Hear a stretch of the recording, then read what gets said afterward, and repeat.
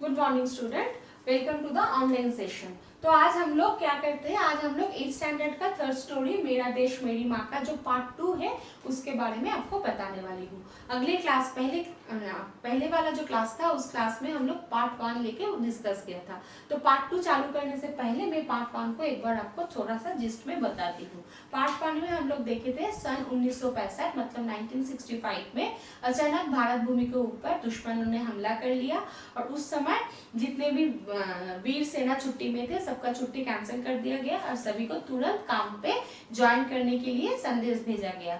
तो उसी संदेश मिलने के बाद एक मेजर थे जो अपने गांव गए थे अपने मम्मी से मिलने के लिए। वो भी अपने माँ का आशीर्वाद लेते हुए फिर आके अपने काम में ज्वाइन किया और वही मेजर अपने काम संभालते हुए अपने जिम्मेदारी संभालते हुए इच्छोगिल नहर का जो सैनिक थे उसके साथ फेस टू फेस लड़ाई करने के लिए अपना जो सैनिक थे वो सैनिक को लेते हुए इच्छोगिल नहर की तरफ आगे बढ़ने लगे। इतना तक ही हम लोग पार्ट 1 में पढ़े थे। Now I continue the part 2। Major पर देशभक्ति का जोश पूरी तरह छाया हुआ था। मेजर मतलब जो अपने पूरा ग्रुप को लेकर युद्ध करने के लिए आगे बढ़ रहे थे इच्छोगिल नहर के तरफ। उसके अंदर देशभक्ति का जोश भरा हुआ था। मतलब जो भी सैनिक अपने देश के लिए काम करते हैं सबके मन के एक ही इच्छा होते हैं अपने देश को रक्षा करना। ये देश को रक्षा करने के लिए अगर वो लोग अपने जान भी दे देते हैं तो इसके लिए वो लोग अपने आप को प्राउड फील करते हैं। कभी भी दुख नहीं होते, कभी भी उसको दुख नहीं लगता है कि उन्हें ही मरना है, हमें देश के लिए प्राण नहीं देना है। कभी भी ऐसे नहीं सोचते वो लोग सोचते हैं देश को रक्षा करना ही हमारा सबसे पहला काम है। ये काम करते हुए अगर हम लोग का प्राण भी चला जाए तो भी अच्छा है, नो प्रॉब्लम। मौका का इंतजार किया जाए इतना समय भी नहीं था। मतलब ये they don't have so much of time, they are not able to waiting for the long time। क्योंकि सामने के तरफ से जो सैनिक थे सामने के तरफ से जो दुश्मन थे वो भी आगे बढ़ते हुए आ रहे थे और भारत के सैनिक भी आगे बढ़ते हुए जा रहा था। तो दोनों ही फेस टू फेस होने के बाद दोनों को ही युद्ध करने था। वेट करने का टाइम किसी के पास भी नहीं था। इसलिए वे धड़ाधड़ गोलीबारी करते हुए दुश्मन के टैंकों को ध्वस्त करते आगे बढ़ रहे थे। दुश्मन के टैंक मतलब वो युद्ध के टाइम बहुत बड़ा सा टैंक रहता है जिसके अंदर दुश्मनों को गोला बारूद रहता है, जिसके अंदर वो लोग जाके अब शेल्टर लेता है। उसी को अगर उड़ा दिया जाएगा तो उसके साथ एक साथ बहुत सारा गोला बारूद ये भी ध्वंस हो जाता है और दुश्मनों भी अपने छुपाने का जगह भी उसका नहीं रहता है। तो दोनों तरफ में गोलियां चालू होते रहा और दोनों तरफ में गोलियां चलते चलते दोनों तरफ ही आगे बढ़ता गया। तभी दुश्मन की कोई गोलियां एक साथ सनसनाती हुई आई और मेजर के हाथ और पेट में घुस गए। तो दोनों तरफ से गोलियां चल रहा था। दुश्मन मतलब उधर से दुश्मनों भी गोलियां चला रहे थे, इधर से भारतीय सेना भी गोलियां चला रहे थे। तो ऐसे ही गोलियां चलते चलते अचानक से दुश्मन के तरफ से बहुत सारी गोलियां एक साथ आए और आने के बाद मेजर के हाथ में और पेट के अंदर गोलियां घुस गया। भारतीय परंपरा सीने पर गोली खाने की है, पीठ पर नहीं। ये बात कौन बताया था? ये बात मेजर के मम्मी मेजर को बोली थी। कब बोली थी? जब मेजर युद्ध करने के लिए युद्ध भूमि में आ रहा था तब उसकी माँ उसको आशीर्वाद करते हुए बोली थी जे भारतीय परंपरा है। जो भारतीय परंपरा में क्या है, वीर अपने वो जो गोली होते हैं सीने पे खाते हैं, पीठ पर नहीं। मतलब युद्ध भूमि छोड़कर, लड़ाई के मैदान छोड़कर वो लोग कभी भागते नहीं है। शायद वो लोग इसके लिए चाहे वो लोग की मरना भी क्यों ना पड़े लेकिन वो लोग कभी भी युद्ध भूमि छोड़कर नहीं भागते हैं। ये बात मेजर के मम्मी ने मेजर को बताई थी जब वो युद्ध करने के लिए आ रहे थे।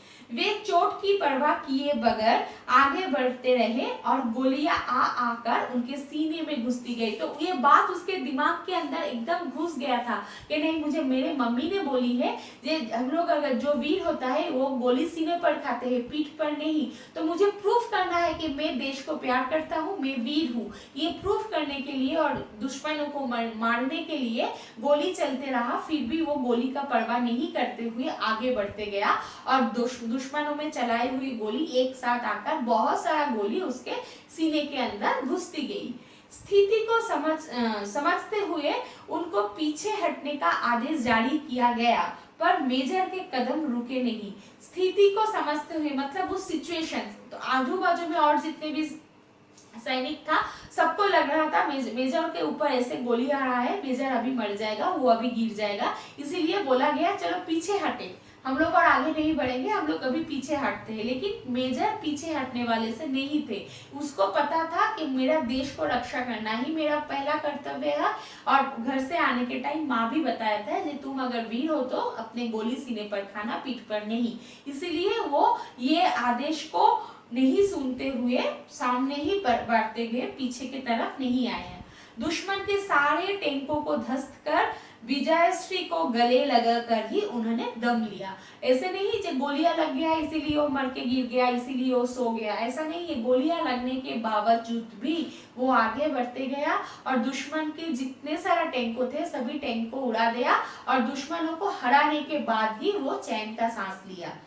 तुरंत ही अमृतसर के सैनिक अस्पताल में उन्हें लाया गया। उसका हालत बहुत नाजुक था क्योंकि बहुत सारा गोलियां उसके हाथ में, उसके पेट में और उसके सीने में एक साथ घुस गया था, तो नाजुक बहुत हालत बहुत खराब था। तो इमीडिएटली उसको अस्पताल भेजा गया था। कौन सा अस्पताल? अमृतसर में एक अस्पताल था, वो सैनिक का अस्पताल था, उधर ही उसको भेजा गया था। पर तब तक पूरा सीना गोलियों से छलनी हो चुका था। छलनी मतलब एक तरह का बर्तन आता है जिसके अंदर हम लोग चावल चलते ना, चावल को क्लीन करते हैं, आटा को क्लीन करते हैं, बहुत छेद होता है उसके अंदर, उसी को छलनी बोलते हैं।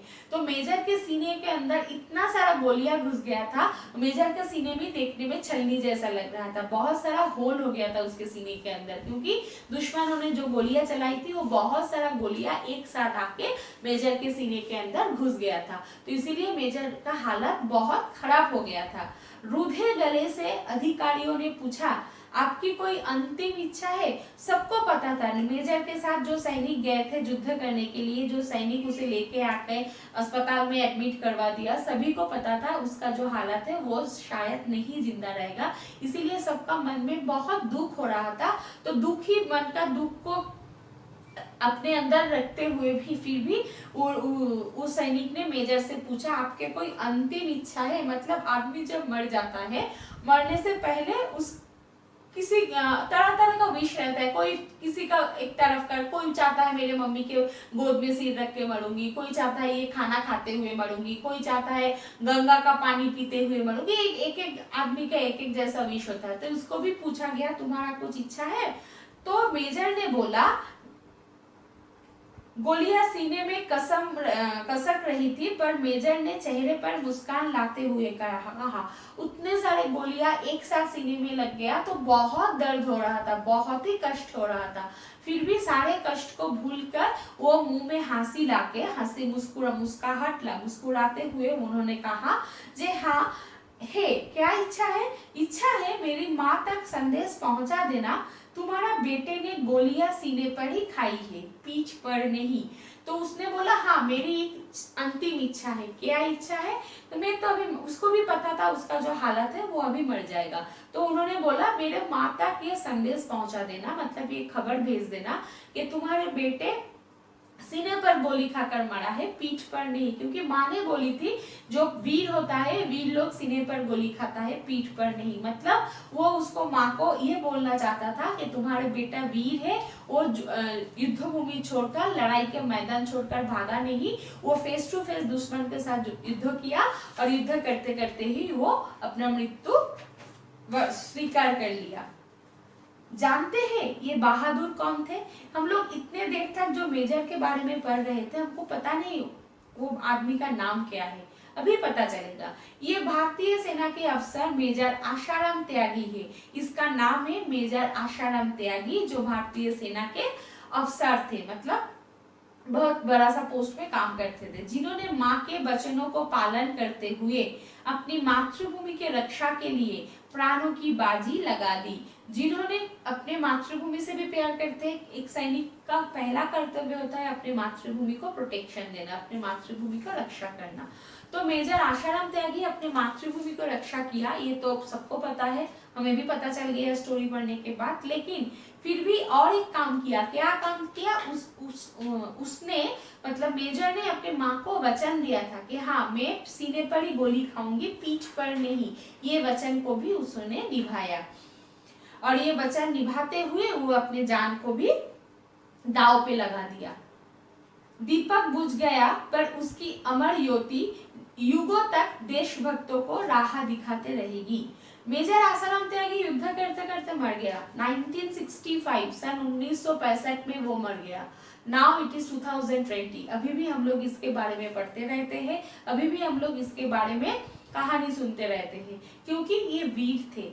जो वीर आदमी मरते हैं वो कभी मरते नहीं है, वो मरने के बाद भी हमारे मन के अंदर जिंदा रहता है। जो मरने के बाद भी जिंदा रहता है उसी को ही अमर बोला जाता है। तो इसीलिए इधर बोला गया है दीपक बुझ गया पर उसकी अमर ज्योति, दीपक मतलब दिया। हम लोग जब घर में दिया जलाते हैं तो उसमें लाइट, मैच बॉक्स से उसको लाइट ऑन करते हैं, लेकिन जब तब उजाला भर जाता है। लेकिन दिया जब बुझ जाता है तो अंधेरा हो जाता है। लेकिन इधर जो दिया, इधर का दिया कौन है? इधर का दिया है मेजर आसाराम त्यागी। वो मर गया, उसका दिया जो, उसका जो जीवन ज्योति था वो बुझ गया, मतलब वो मर गया। लेकिन वो मरने के बाद भी उसके जो देशभक्ति है, इस देशभक्ति के बारे में हम लोग अभी भी पढ़ रहे हैं, अभी भी पढ़ाई करते हैं। इस देशभक्ति के बारे में अभी भी हम लोग स्टोरी पढ़ते हैं, उसके बारे में अभी भी हम लोग पढ़ रहे हैं। और उसका जो यादें है वो अभी मर के भी अमर रह गया। अमर मतलब जो आदमी मरने के बाद भी हमारे मन के अंदर जिंदा रहता है, उसी को हम लोग अमर बोलते हैं। तो आशाराम त्यागी युद्ध भूमि में युद्ध करते हुए मर गया, अपने माँ के दिए हुए वचन को निभाते हुए मर गया। लेकिन मरने के बाद भी उसके वीरता के बारे में हम लोगों को पता चला और अभी भी हम लोग उसके बारे में पढ़ते रहते हैं। हर मन से ही हमारे मन से ही उसे हम लोग प्रणाम करते हैं और हमें भी कोशिश करना चाहिए उसके तरह देशभक्त होने के लिए। तो इसी के साथ ये स्टोरी खत्म हो गया। तो आइए इस स्टोरी का जो वन वर्ड आंसर है हम लोग एक बार पढ़ लेते हैं। रिमेनिंग जो क्वेश्चन आंसर है वो मैं प्रिंट आउट के रूप पे आपको भेज दूंगी। तो पहला क्वेश्चन है, भारत पर दुश्मनों ने कब आक्रमण किया? भारत पर दुश्मनों ने सन 1965 में आक्रमण किया। मेजर को तुरंत किसका स्मरण हो गया? मेजर को तुरंत अपने मातृभूमि का स्मरण हो गया। भारतीय सेना के लिए किस नहर का क्षेत्र चुनौती की दीवार बना खड़ा था? भारतीय सेना के लिए इच्छोगिल नहर का क्षेत्र चुनौती की दीवार बना खड़ा था। इच्छोगिल नहर को तोड़ने के लिए कौन तैयार थे? इच्छोगिल नहर को तोड़ने के लिए मेजर आशाराम त्यागी तैयार थे। मेजर ने किसकी परवाह नहीं करते हुए मोर्चा को संभाला? मेजर ने अपने जान की परवाह नहीं करते हुए मोर्चा को संभाला। मेजर ने अधिकारियों से क्या कहा? मेजर ने अधिकारियों से कहा, मेरे माँ तक संदेश पहुंचा देना कि उसके बेटे सीने पर गोली खाया है, पीठ पर नहीं। मेजर आत्ताराम त्यागी ने मातृभूमि की रक्षा में किसकी बाजी लगा दी? मेजर आशाराम त्यागी ने मातृभूमि की रक्षा में अपने जान की बाजी लगा दी। मेजर आशाराम त्यागी ने किसे दिए हुए वचनों का पालन किया? मेजर आशाराम त्यागी ने अपने माँ को दिए हुए वचनों का पालन किया। तो चलिए आज के लिए ये क्लास इतना तक ही रहते हैं, फिर मिलेंगे नेक्स्ट क्लास के। तब तक के लिए थैंक यू और मैं आशा करती हूँ आप सबको ये पाठ समझ में आया है।